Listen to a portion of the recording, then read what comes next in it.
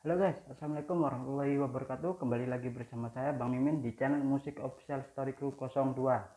Dan jangan lupa subscribe juga channel baru saya, yaitu Bang Mimin Channel.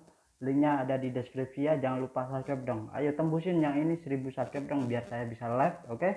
Kali ini saya akan membawakan The Story of Ye-Chen bab 4003, sorry. 4003, di mana Ye-Chen sudah mempersiapkan untuk pelelangan pil tersebut. Semua peserta sudah datang. Mohon maaf, saya harus menjelaskan ya. Di sini saya upload 1 minggu 2 kali, jadi mohon maaf ya atas keterlambatannya. Tapi ini tidak terlambat sih betulnya, karena saya upload kemarin itu pas malam tahun baru, pas 3 hari ya. Jadi 3 hari ke depan lagi saya upload. Saya akan membawakan The Story of Ye-Chen bab 4003.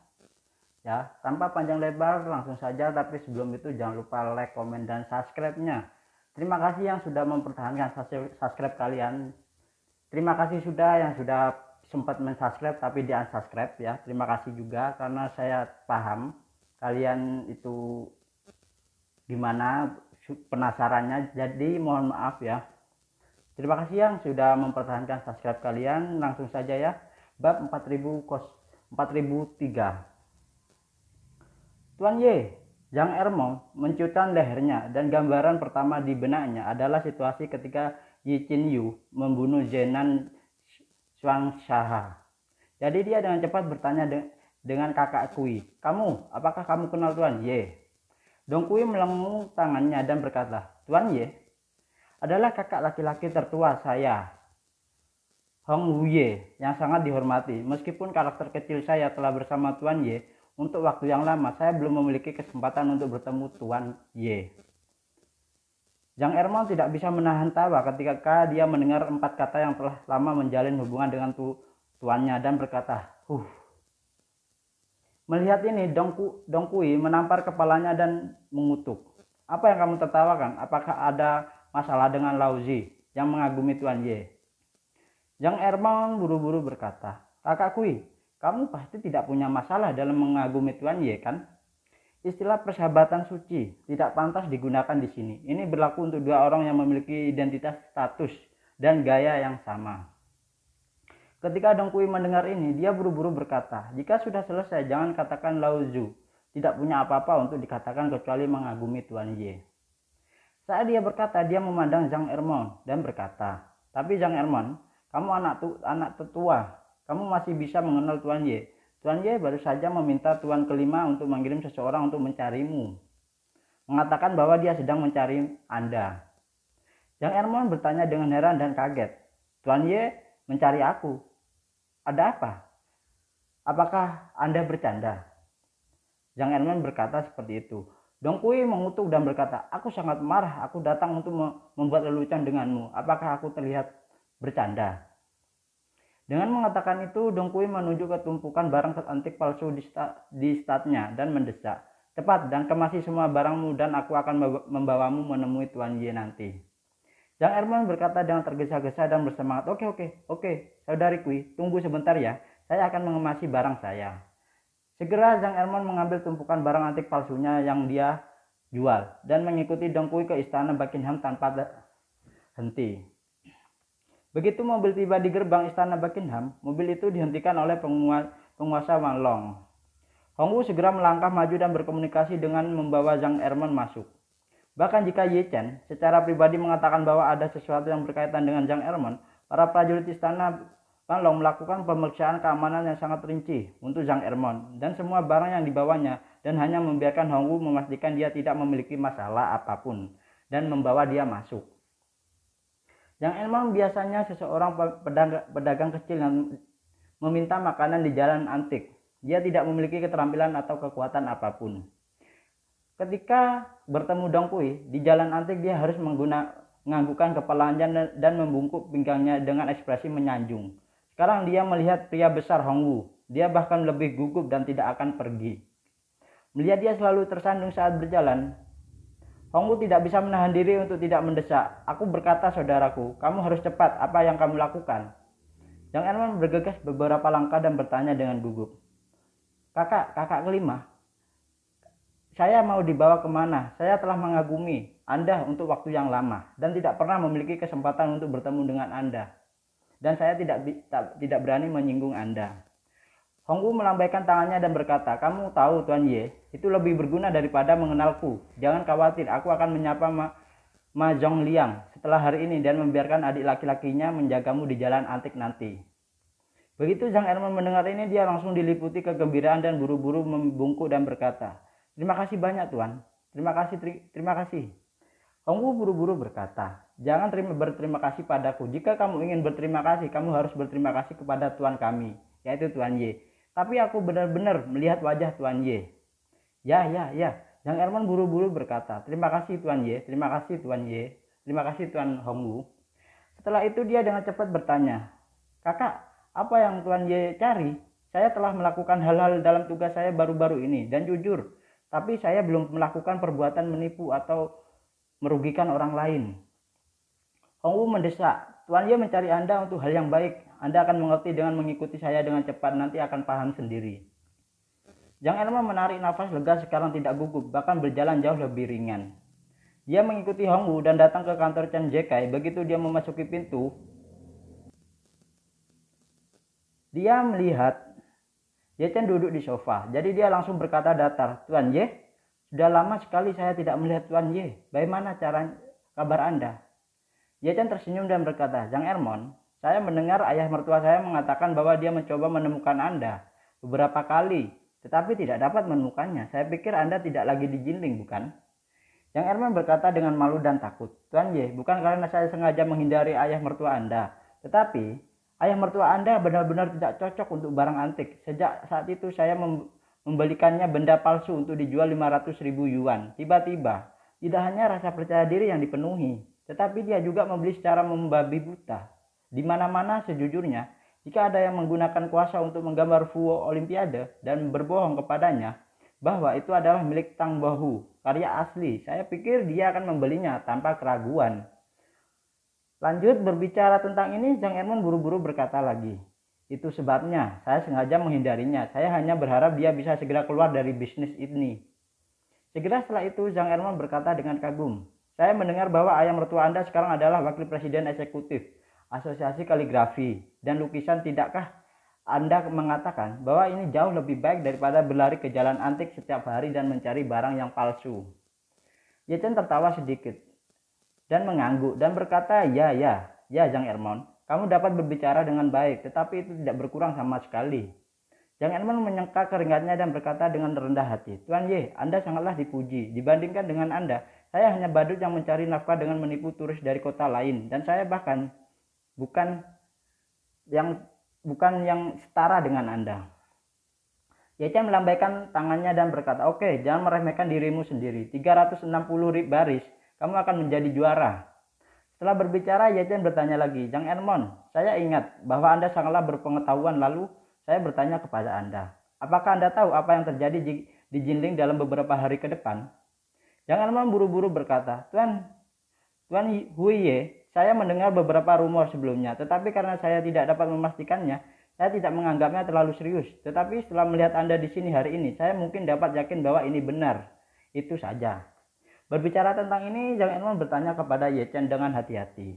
Tuan Ye, apakah Anda bertanya tentang pelelangan pil permajaan itu? Ya, itu benar. Ye Chen mengangguk dan bertanya sambil tersenyum. Kamu juga tahu pil permajaan, bukan? Zhang Erman buru-buru berkata, Tuan Ye, sejak ayah keluarga Song melewati hari ulang tahunnya, saya mendengar tentang keajaiban pil permajaan. Kemudian, Nyonya Song merayakan ulang tahunnya dan Li Taili juga mengambil foto permajaannya. Di keluarga Song, saya telah mendengar tentang hal ini dan di seluruh dunia. Pada saat itu, saya tahu bahwa ini pasti tulisan tangan Tuan. Lagi pula, di dunia ini Anda hanya memiliki kekuatan magis seperti itu. Ye Chen tersenyum dan berkata, karena kamu tahu tentang pelelangan itu, maka aku tidak akan menyembunyikannya darimu. Nanti kamu dan aku akan berbohong kepada seseorang laki-laki asing. Ayo, kita bermain bersama. Kita bermain berdua. Bagaimana aku bertindak? Kamu ikut saja aku untuk bekerja sama denganmu. Apakah kamu mengerti? Zhang Erman buru-buru bertanya, Tuan Ye, apakah Anda memiliki skrip atau sejenisnya? Biarkan saya melihatnya terlebih dahulu. Memiliki barang ya. Tidak. Yechen melambaikan tangannya. Setelah kamu pergi, itu tergantung pada cara improvisasi Anda. Yang Erman berkata dengan gugup, Tuan Ye, ini improvisasi ini, saya khawatir jika saya tidak tampil dengan baik, itu akan merusak bisnis besar Anda. Yechen tersenyum dan berkata, Zhang Ermon, dengan kepintaranmu, hal kecil ini jelas bukanlah masalah bagimu. Kamu dapat menggunakan 7 kekuatan suksesmu ketika kamu curang di Antiquity Street, dan masalah ini pada dasarnya diselesaikan. Ketika Zhang Erman mendengar ini, hatinya tiba-tiba menjadi sangatlah rileks. Dan dia tidak memiliki kemampuan lain, tetapi dia memiliki kemampuan untuk bereaksi terhadap perubahan dan berbicara. Dan dia masih sangatlah berpengalaman dalam membalikkan pembicaraan. Bagaimanapun mereka mengandalkan otak dan mulut mereka untuk melakukan pekerjaan mereka. Terkadang ketika Anda bertemu seseorang tulis yang tidak terlalu pintar, Anda dapat menipu uang pihak lain ke dalam saku Anda dengan sukses 3 ke 5. Namun terkadang jika Anda bertemu dengan tulis yang lebih pintar dari Anda, keterampilannya berkedip, Zhang Ermon biasanya dapat berhasil dimenangkan. Jadi dia segera berkata kepada Yechen dengan percaya diri, Tuan Ye, jangan khawatir. Saya akan menggunakan keterampilan seumur hidup saya. Oh tidak, saya harus menggunakan semua keterampilan saya membantu Anda menyelesaikan masalah ini. Yechen mengganggu dan bertanya kepadanya, kamu membawa semua yang kamu minta kan? Zhang Erman dengan cepat menunjuk ke tas yang berisi barang-barang yang dibawanya dan berkata dengan rajin, Tuan Ye, jangan khawatir, semua tentang pria yang saya makan ada di sini atau barang yang akan dijual. Yechen berdiri dan berkata sambil tersenyum, oke, bawa semua barangmu bersamaku. Pada saat ini Bernard Elnor berusia 70-an sedang merajuk di sofa di Presidential Suite Buckingham Palace. Meskipun dia pernah menjadi orang terkaya di dunia dalam daftar Forbes, dia tidak murah hati. Dia angkuh. Untuk menginap di Presidential Suite di Istana Buckingham, biaya kamar selama 3 hari sebenarnya 6 juta. Anda tahu, untuk kamar Presidential Suite di tingkat Istana Buckingham, harga eceran dalam keadaan normal tidak akan melebihi 20.000 yuan. Dan harganya hanya akan lebih rendah jika ada diskon sesekali. Oleh karena itu, harga rumah dalam 3 hari ini hampir 2 kali lipat dengan faktor 100%. Bernard Elnor dapat mengatakan dengan penuh tanggung jawab bahwa ini adalah kamar presiden paling mahal di dunia. Bukan salah satunya, tapi paling mahal di dunia. Karena dia dibantai karena terlalu banyak uang yang dikeluarkan, lelaki tua itu duduk di sofa dan terus mengeluh kepada kepala pelayan. Ini tempat yang sangat kecil. Suite presiden hotel bintang 5 berani menjual begitu mahal. 7 hotel bintang Bar Al Arab, harga presidential suite tingkat atas kurang dari sepersepuluhnya. Dan presidential suite di sana jauh lebih baik daripada di sini dalam hal ukuran dan dekorasinya. Pengurus kepala pelayan berkata tanpa daya, Tuan, tidakkah Anda mengerti cara mereka? Ini tidak lebih dari mencoba meminjam antusiasme semua orang untuk pil permajaan itu dan mati-matian menghasilkan banyak uang. Mengatakan bahwa harga rumah sangatlah mahal dan setiap cucian dikenakan biaya untuk 10.000 euro, dianggap sebagai bandit yang perampok di abad pertengahan, dan mereka tidak sekejam mereka. Bernard Elnor mengangguk ringan dan berkata dengan ekspresi tidak senang, demi pil permajaan saya hanya bisa menanggungnya sebentar. Pengurus rumah tangga buru-buru bertanya, Tuan, apakah pil permajaan ini benar-benar ajaib? Tentu. Bernard Elnor berkata dengan serius, keluarga kerajaan Nordik telah merilis semua catatan medis Ratu Tua di kelas atas. Ratu Tua telah diracuni untuk waktu yang lama dan kandungannya racun dalam tubuh sudahlah sangat tinggi. Penanggung jawab tim medis saya sangatlah serius. Setelah mengevaluasi semua catatan medisnya, saya pikir dalam hal itu bahkan jika tim medis terbaik di dunia disatukan, tidak dapat mungkin untuk menyelamatkannya. Tapi dia hanya mengambil sebagian kecil dari pil permajaan itu, dan racun dalam tubuh benar-benarlah hilang. Fungsi tubuh juga sangatlah jelas meningkat. Ini sangatlah luar biasa, bukan? Dengan mengatakan itu, Bernard Elnor berkata dengan ekspresi terpesona, sebagian kecil dari pil permajaan itu memiliki efek yang begitu kuat. Saya tidak dapat membayangkan efek ajaib seperti apa yang akan dibawa oleh seluruh pil itu. Kepala pelayan mengangguk dengan lembut dan berkata, karena keluarga kerajaan Eropa Utara telah merilis catatan medis Ratu Tua, saya telah khawatir masyarakat kelas atas di Eropa sangatlah menginginkan pil itu. Lelangan lusa, kompetisi mungkin sangatlah ganas. Bernard Elnor terbentuk beberapa kali. dan berkata dengan lemah, "Saya tidak tahan lagi. 2 prosedur lobektomi telah menyebabkan penurunan serius dalam kebugaran fisik saya. Jika terus berlanjut, saya mungkin tidak akan hidup selama 5 tahun. Bertahun-tahun jadi pil permajaan itu, saya bertekad untuk memenangkannya." Dengan mengatakan itu, Bernard Eller menambahkan, "Penataan penyelenggaraan kali ini juga sangatlah licik. Mereka pertama membagi pil permajaan menjadi 4 dan melelang keempat pil permajaan ini di tempat, dan itu juga akan membuat pelelangan berhasil pemenangnya mengambil itu di tempat.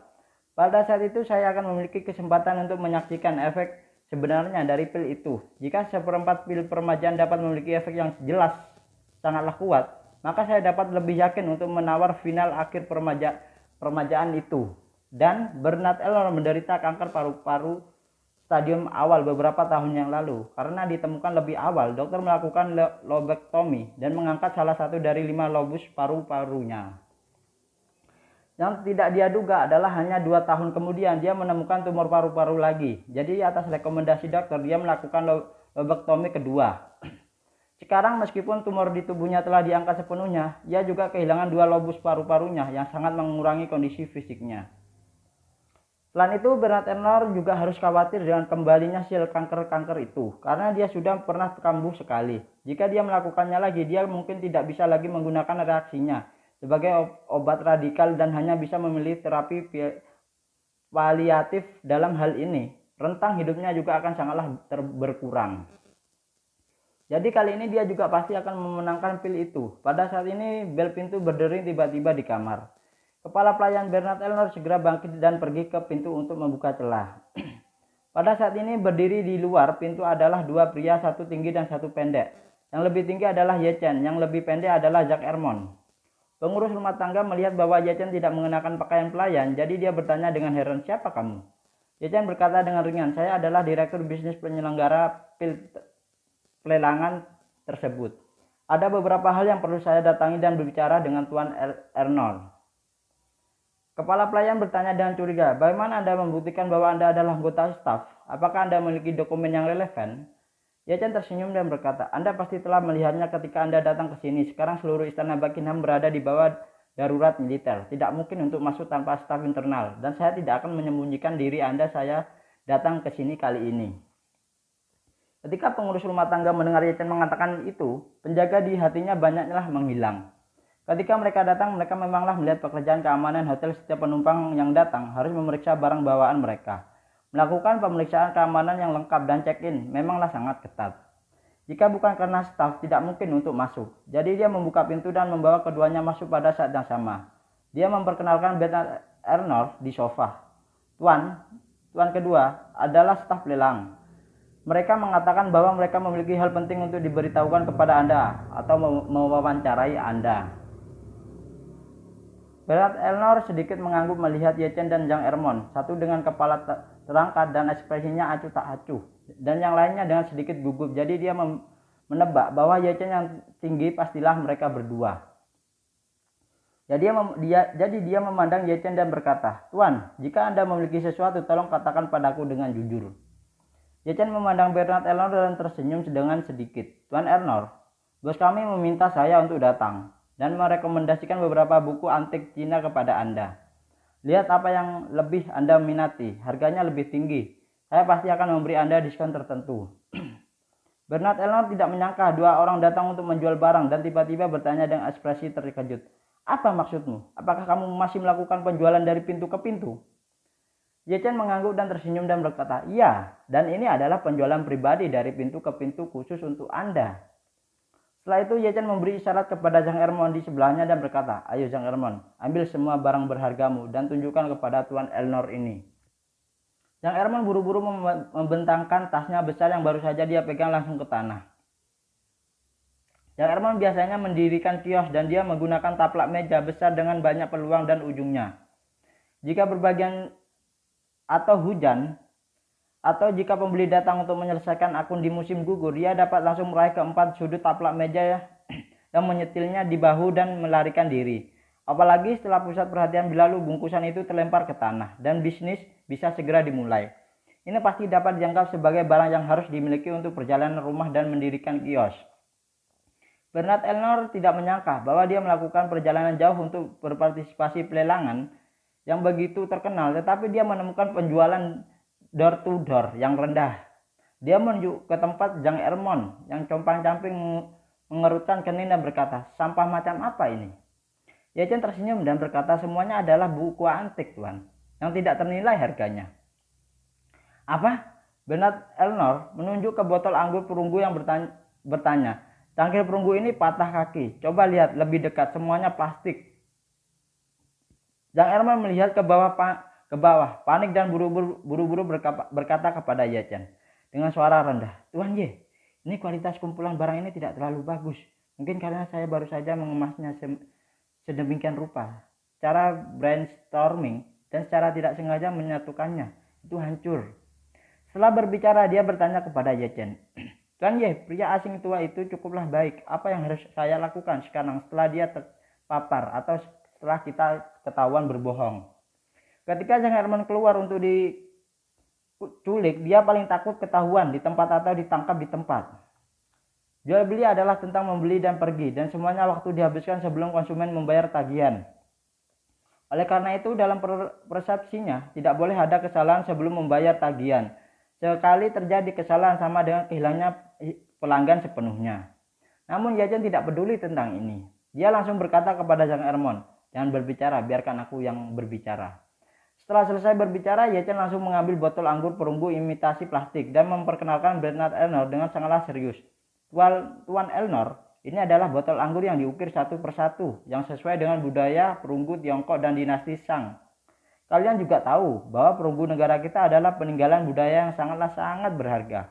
Dan sama sekali tidak mungkin untuk diedarkan dan dijual. Jadi kami hanya bisa menjual kerajinan tangan satu-satu ini kepada kalian dan teman-teman yang dari negara asing." Setelah berbicara, Yachen menunjukkan ke sudut yang hilang dan menjelaskan, "Lihat, alasan mengapa kami menggunakan plastik sebagai bahan baku adalah untuk menanggapi konversi energi dan perlindungan lingkungan serta konsep global netralitasi karbon yang puncak karbon. Lihatlah, plastik tampaknya tidak berharga, tetapi semuanya terbuat dari bahan yang dapat terurai secara hayati dan tidak mencemari lingkungan. Mereka benar-benar kerajinan yang hijau dan ramah lingkungan." Setelah mengatakan itu, Yachen melanjutkan, "Dalam keadaan normal, kami akan menjual produk ini seharga 18 juta yuan. Tapi Anda juga telah melihat bahwa itu sekarang telah menjadi produk yang cacat. Jadi saya akan memberi Anda diskon tertentu menjadi 17,88 juta yuan. Kamu bisa membawa pulang." Setelah mendengar ini, staf kandungan kami, Jang Erman, menegang dan hampir tidak mau buang air kecil. Dia melihat ekspresi Yachen seolah-olah disambar petir dengan ngeri. Pada saat ini dia hampir takut mati dan tidak bisa tidak bertanya-tanya. "Tuan Ye akan melakukannya. Harga barang yang hancur ini bukan $8. Dia menjual 18 juta. Ini bukan untuk pembantaian, bukan? Ini akan membunuh." Ekspresi Bernard Elnor seperti anjing dan dia melambaikan tangannya. Dengan kesalnya dia berkata, "Tidak apa-apa, saya mohon Anda berhenti menghina IQ saya. Dan Anda silakan pergi dari kamar saya. Dan jika ada sampah, tolong Anda ambil semuanya. Saya tidak membutuhkan itu." "Tidak perlu." Ekspresi Yachen tiba-tiba menjadi dingin dan dia berkata sambil mencibir, "Itu benar-benar memalukan, Tuan Elnor. Jika Anda tidak membeli produk ini dari kami, maka Anda akan kehilangan kualifikasi untuk berpartisipasi dalam lelang ini." "Apa?" Bernard Elnor bertanya dengan marah. "Saya telah melewati tinjauan pendaftaran. Anda yang telah membayar biaya pendaftaran dan saya juga membayar biaya kamar 6 juta. Apa yang Anda miliki? Kelayakan apa untuk membatalkan kualifikasi lelang saya?" Yachen berkata secara alami dengan pandangan, "Karena kamu tidak mendistribusikan barang." "Barang?" Bernard Elnor mendengar dua kata ini. Seluruh orang telah membantu dan butuh beberapa saat untuk kembali ke akal sehatnya dan berkata, Pertama kali saya mendengar bahwa berpartisipasi dalam pelelangan harus cocok, bagus, dan baik." Yachen tersenyum dan berkata, "Pergi ke toko Anda untuk membeli tas yang mendistribusikan barang. Tidakkah Anda perlu datang kepada kami untuk membeli pil itu?" Setelah itu dia mengeluarkan kwitansi konsumennya dan mencibir, "Ayo lihat, pergi ke tokomu dan membeli sekantong 10.000 yuan. Itu wajib untuk mencocokkan 1 juta barang. Dan barangnya juga didistribusikan sampah itu yang sudah tidak terjual selama beberapa tahun di dan tertutup debu. Bos kami sekarang juga belajar dan menggunakannya belajar dari strategi bisnis Pak Elnor secara menyeluruh. Bernard Elnor melirik daftar belanjanya, wajahnya tiba-tiba lebih jelek daripada makanan kotor.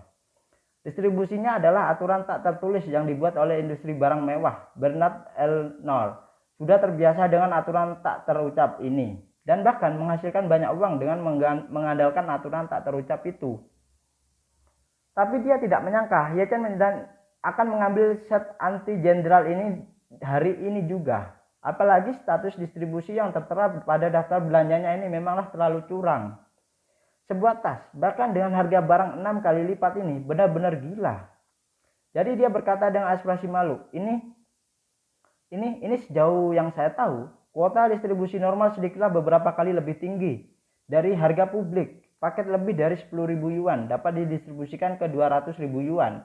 Itu cukup. Saya tidak tahu mengapa 1 juta saham didistribusikan di sini. Mungkin perilaku toko itu sendiri. Ye Chen melambaikan tangannya. Anda tidak perlu menjelaskan terlalu banyak sekarang, bos. Bos kami hanya memberi Anda 2 pilihan. Jika Anda ingin berpartisipasi dalam lelangan itu, Anda harus menyelesaikan distribusi jika Anda mau berpartisipasi. Kami akan mengaturnya untuk Anda sekarang. Setelah check out, kami akan mengembalikannya semua biaya yang Anda bayarkan. Bernard Elnor dengan cepat berkata, hanya industri barang mewah yang memiliki aturan seperti itu. Dan di distribusi barang di industri barang mewah juga tidaklah berdaya. Harga banyak barang tidak dispekulasikan oleh merek kami, tetapi oleh orang luar. Spekulan berspekulasi tinggi seperti jam tangan Patek Philips, Nautilus yang memiliki harga publik kurang dari 20.000 euro 10 tahun yang lalu. Tetapi sekarang harga yang beredar di pasaran melebihi 60.000 euro yang telah berlipat ganda dan keluaran merek juga terbatas. Jadi kami hanya dapat mengisi kesenjangan antara harga publik dan harga jual sebenarnya melalui distribusi barang. Ini adalah situasi normal. Ye Chen tersenyum dan bertanya, mengapa? Bahkan jika sepotong Nautilus dengan ratusan ribu dolar adalah barang yang populer, itu hanya didistribusikan. Bagaimana dengan pil permajaan kami? 200 orang kaya di dunia hanya dapat mengambil 2 di antaranya. Bukankah itu jauh lebih dicari daripada Nautilus? Maka itu perlu dilengkapi dengan lebih banyak barang seperti Nautilus. Bukankah itu benar kan? Bernard Elnor terdiam. Kalau berdasarkan logika biasanya ditempati barang-barang aneh harus didistribusikan, pil permajaan perlu didistribusikan juga. Memanglah hal yang terbiasa. Bernard Elnor tidak dapat menemukan alasan untuk membantah secara tiba-tiba. Tepat ketika dia tampak masam dan tidak tahu harus berbuat apa, kepala pelayan di samping tiba-tiba berkata, Tuan, pil permajaan Anda memanglah lebih berharga. Ini benar apa yang dia katakan, tapi Anda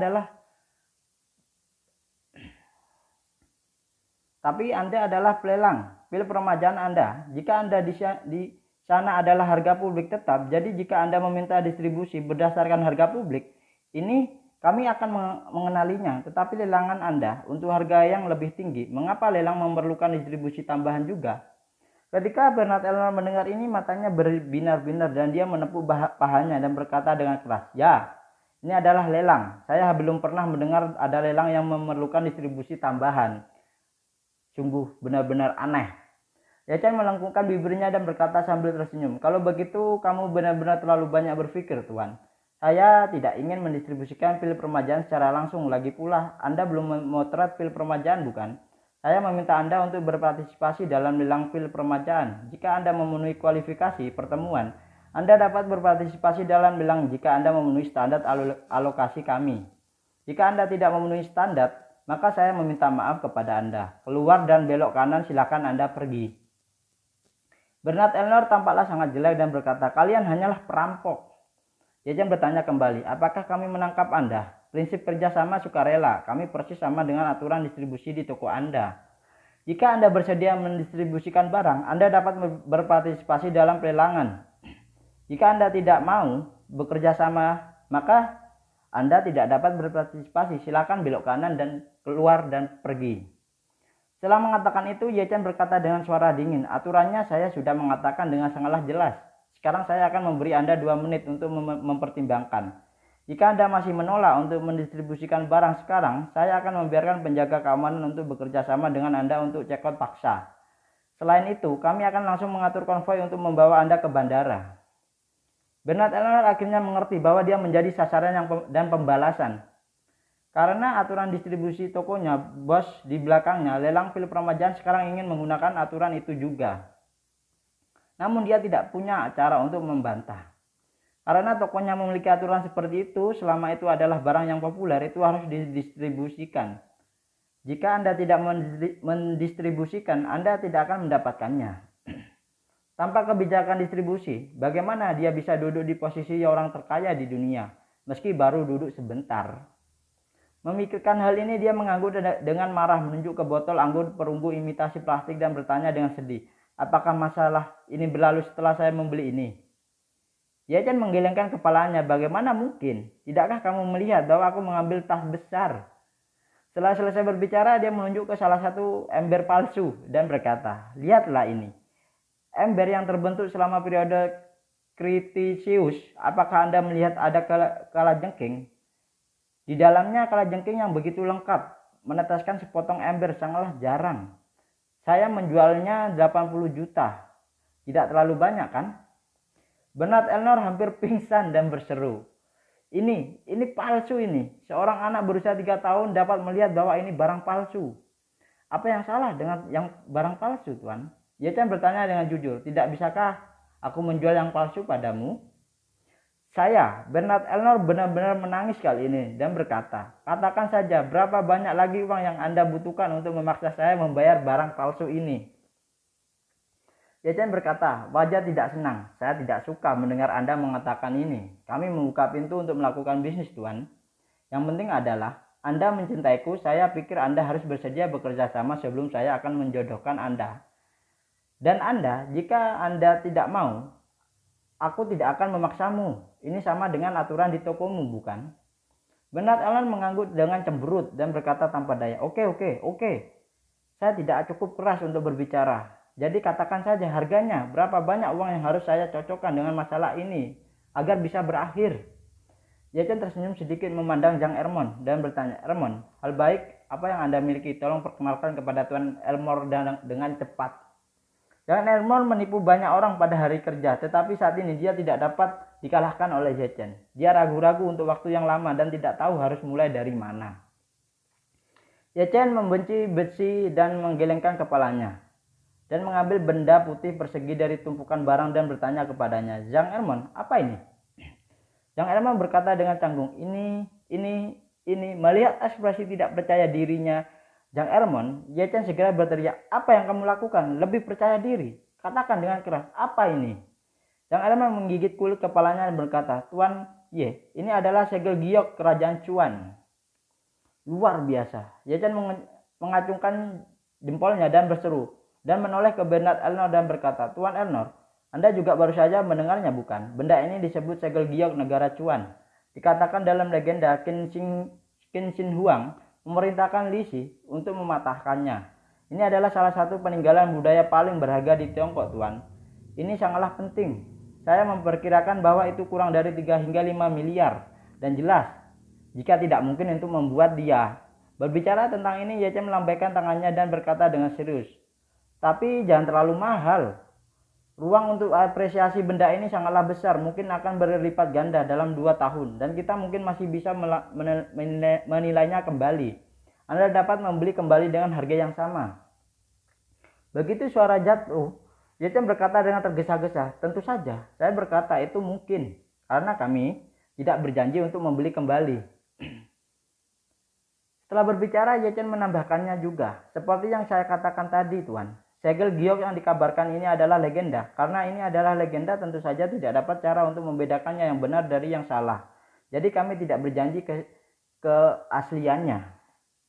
Bernard Elner tersenyum sedih dan bertanya kepada Yechen, Tuan, ini Anda dapat menghasilkan uang untuk saya, tetapi Anda tidak perlu menghina IQ saya, kan?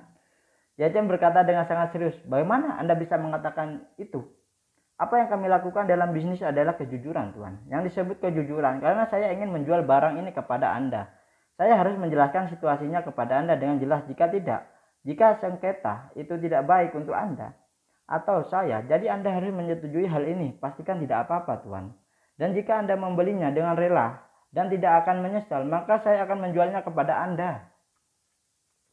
Bernard Elnor benar-benar kaget dan pingsan. Dia mengerti cara Yechen berbisnis.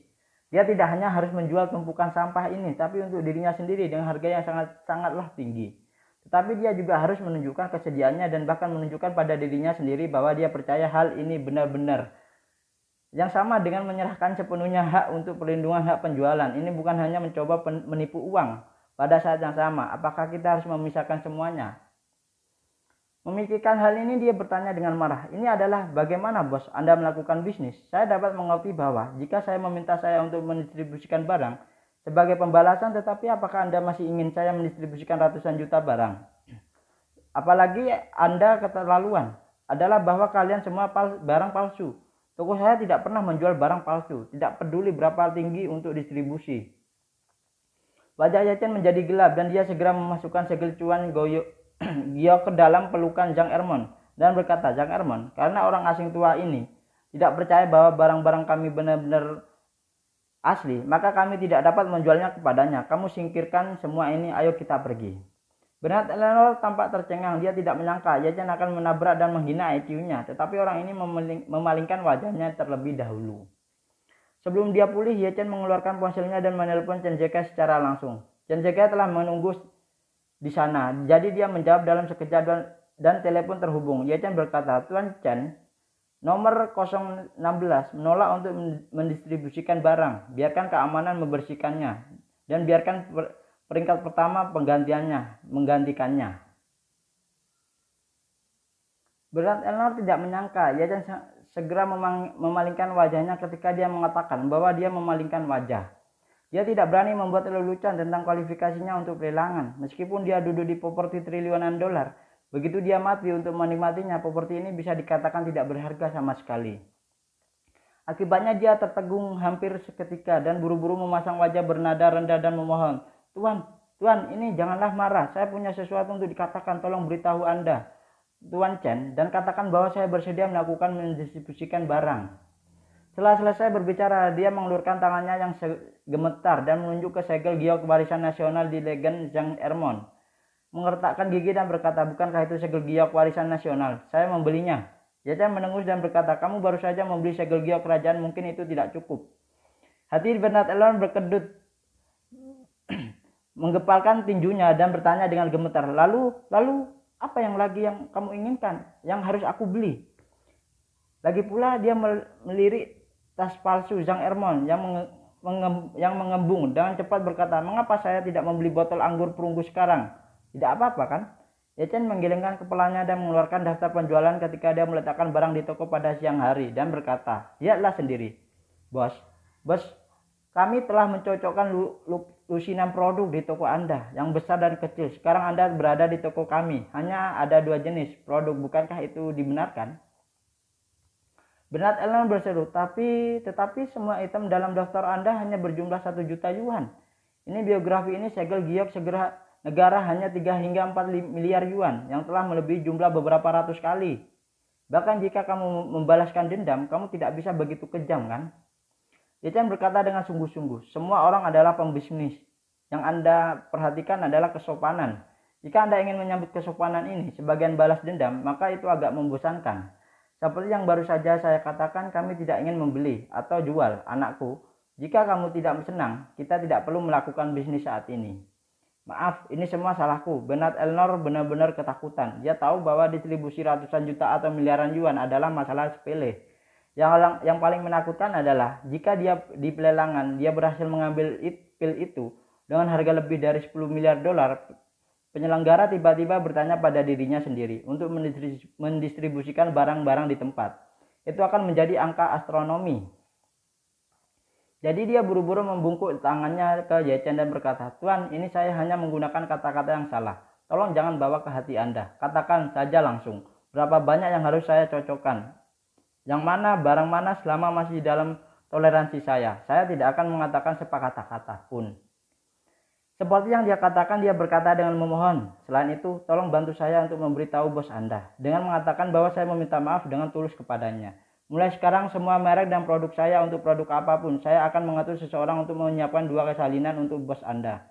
Bahkan jika ada lusinan nomor warna yang berbeda untuk model yang sama, saya akan mengatur seseorang untuk memberinya 2 salinan untuk setiap nomor warna, hanya untuk memintanya agar dapat melakukannya di masa depan. Angkat tanganmu tinggi-tinggi dan biarkan aku pergi, Tuan.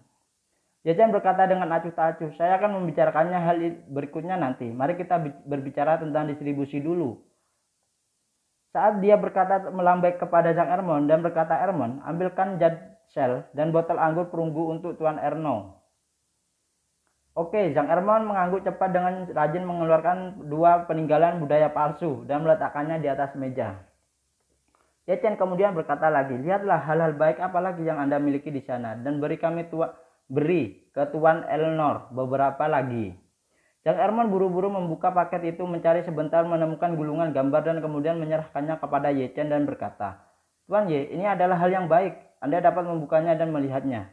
Ye Chen mengambil gulungan gambar di tangannya dan ketika dia mulai, dia bisa merasakan bahwa itu adalah kertas nasi tua dan itu pasti lukisan modern.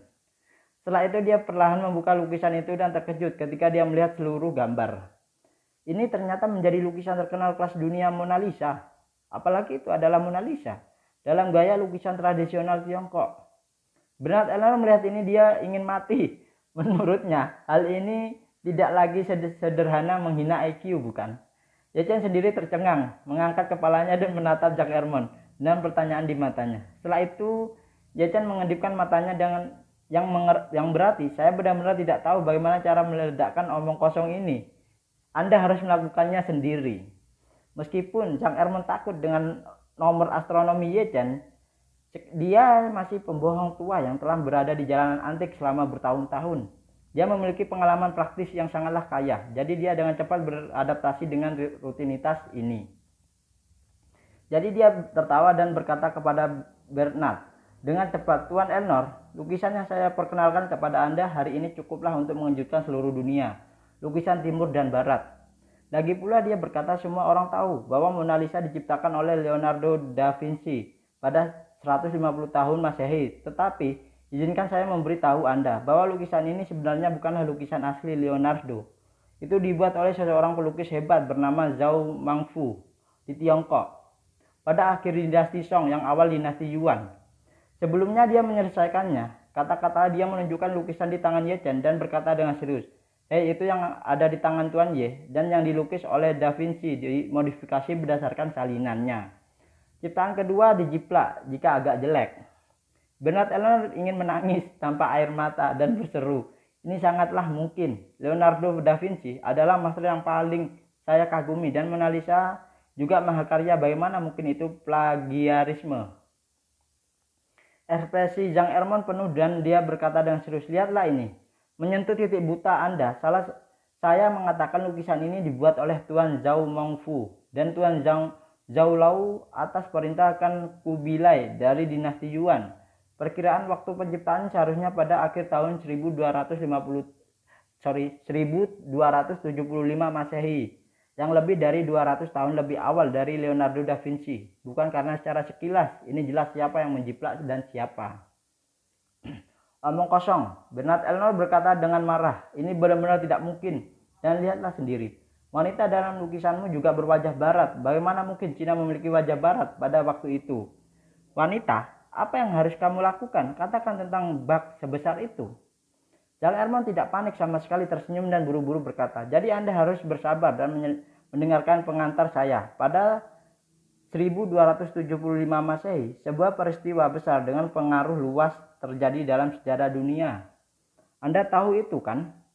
Bernard Elnor berkata dengan marah, saya tidak tahu. Jang Ermon berkata dengan sangatlah serius, Tuan Elnor, bukan itu yang saya katakan. Anda tidak dapat mengurui, kadang-kadang membaca, lebih banyak untuk belajar tentang sejarah.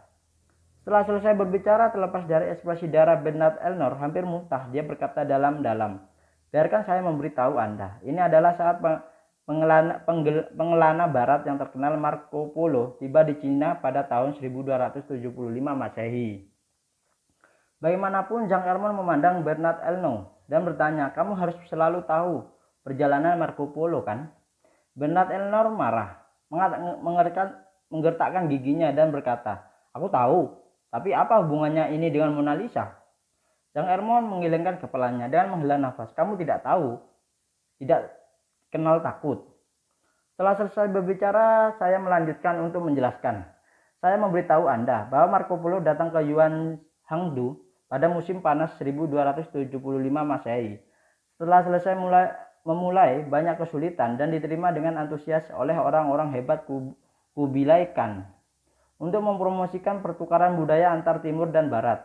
Kubilai Khan memberitakan pelukis terkenal Zhao Mengfu pada saat itu untuk menunjuk kepada Marco Polo dan partanya keterampilan luar biasa dari lukisan Tiongkok kami. Saat itu Marco Polo kebetulan punya pembantu bernama Mona Lisa. Tuan Zhao Mengfu dan Tuan Zhao menggunakan pelayan ini sebagai model untuk membuat lukisan ini. Seluruh ciptaannya berlangsung setengah tahun dari musim panas 1275 hingga musim dingin 1275. Berbicara tentang ini, Jean Ermon tidak bisa menahan diri untuk tidak menghela nafas pada saat itu. Kubilai Khan memberikan lukisan ini pada Marco Polo. Marco Polo benar-benar harta karun, pada dia menyimpannya bersamanya mengetahui untuk membawanya kembali ke barat. Sayangnya Marco Polo kembali ke barat, kemudian saya masuk penjara karena kekacauan itu, dan lukisan itu hilang dalam kekacauan itu.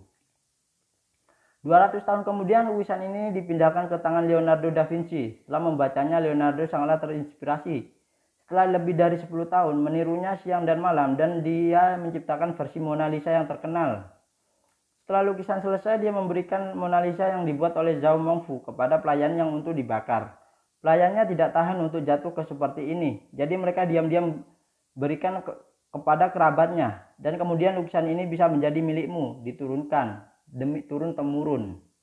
Setelah mengatakan itu, Jean Ermon memandang Bernard Elnor dan bertanya dengan serius, Tuan Elnor, apakah Anda mengerti sekarang dan paham? Nah, itu untuk bab 4003 sampai 4013, yaitu 10 bab. Jadi isi kandungan cerita ini adalah Ye Chen membalaskan dendamnya di saat Ye Chen membeli tas ke Bernard Elnor ke tokonya. Dia ditipu, harus mendistribusikan barang agar dia mendapatkan apa yang diinginkan oleh istrinya. Nah, kesempatan kali ini Ye Chen memanfaatkan pelelangan itu untuk balas dendam, yaitu menggunakan kepintarannya dan menggunakan barang antiknya Jean Ermon. Jadi kali ini inti ceritanya itu adalah Ye Chen balas dendam kepada Bernard Elnor karena dia sudah merasa dirugikan di tokonya. Jadi Ye Chen membalaskan dendam dan memanfaatkan waktu pelelangan ini harus ikut mendistribusikan seperti peraturan di tokonya. Nah itu ya. Jadi terima kasih yang sudah mensubscribe, terima kasih yang sudah mendukung saya, dan terima kasih yang sudah mempertahankan subscribe-nya. Terima kasih juga yang pernah mensubscribe saya namun unsubscribe, tapi saya tidak mempermasalahkan itu. Yang penting saya optimis saja ya. Terima kasih. Wabillahi taufiq wal hidayah. Wassalamualaikum warahmatullahi wabarakatuh.